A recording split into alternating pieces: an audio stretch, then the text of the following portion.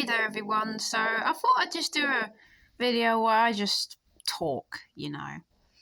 How have you been enjoying my Splatoon 3 clips and maybe the occasional other video game clip here and there? It's easy to make those videos. If you have a Switch, obviously, well maybe not so obviously, but obviously for me who's used it for a long time, on your left Joy-Con or on the left side of your Pro Controller, there should be a button that's like a square with a circle in it. You can hold it and it will record the last 30 seconds of your gameplay. And you can just send it to your smartphone via QR code. That's it. It's that easy. Anyways, I do have a lot of thoughts on future equipment I may want to get to improve my videos a bit. One of those being a capture card. Ever wondered why your big YouTubers have such crisp footage as if you're right there with them? The answer is a capture card. And probably there's different capture cards obviously for what consoles you play on. In my case, it would be a Nintendo Switch capture card. The reason I've been contemplating that is one, because they are expensive. Two, the cheaper ones don't give you all the footage and all the good, no, not footage, all the good stuff you need. And three, it probably won't be too long until the next Nintendo console gets revealed. They've been a bit behind since they've kept the Switch's life cycle a bit longer than usual. The average lifespan of a video game console, I think, is around 7 years. So it's coming up to that.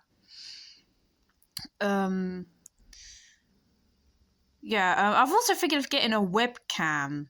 Now, if you've been on the internet ever since the beginning of the Let's Play, as it's called, you would know that a webcam is a funny little device that you plug into your computer and the whole world can see your face and a bit of your surroundings. So yeah, I thought that would be cool for reaction content. So you can see my face pulling stuff that you probably wouldn't expect. And, just so you can see me a bit more often.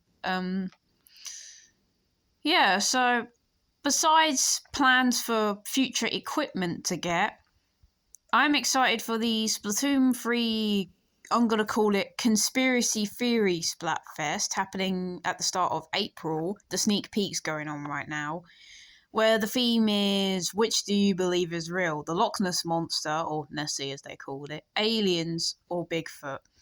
Like I've stated in my videos where I've talked about it being announced, I chose aliens because when you look at the pictures of the Loch Ness, it could just be a goose at an awkward angle. I'm gonna get so much hate for this. And for Bigfoot, it could just be a dude in an outfit or something. Like, we don't know. But that's why I went with aliens, because despite that they also do have evidence, like supposedly of flying saucers and stuff, that's it. There's no, as far as I'm aware, there's no physical photos, whether photoshopped or not.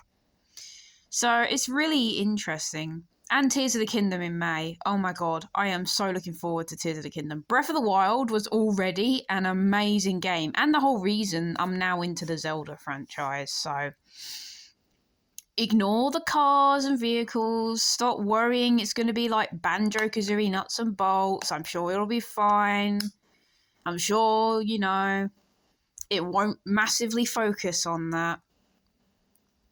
But I'm really looking forward to it. Really looking forward to it.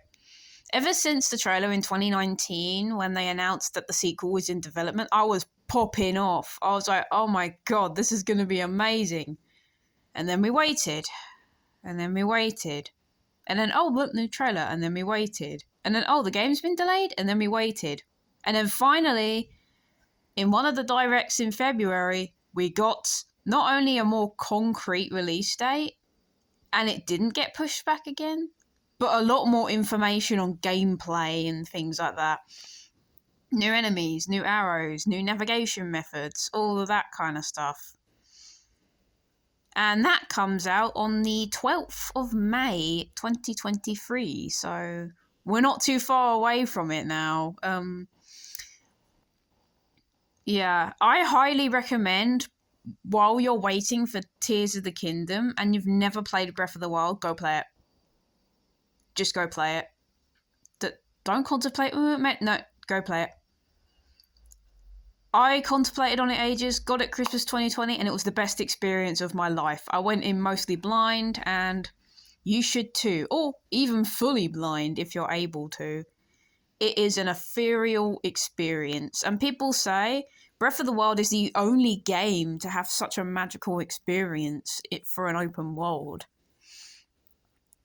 And every day, even after you've beaten the main story, you feel like you discover something new. Like sometimes I log in and I'm like, oh, a new location, or oh, check this out, a cool side quest I didn't know about. That's the magic of Breath of the Wild. One thing I'm really hoping for Tears of the Kingdom, which is what Splatoon 3 did, is that you could import your previous game's data. It makes more sense here.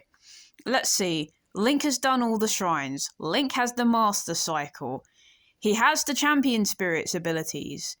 Wouldn't it be dumb if you started the next game without them? Like, come on.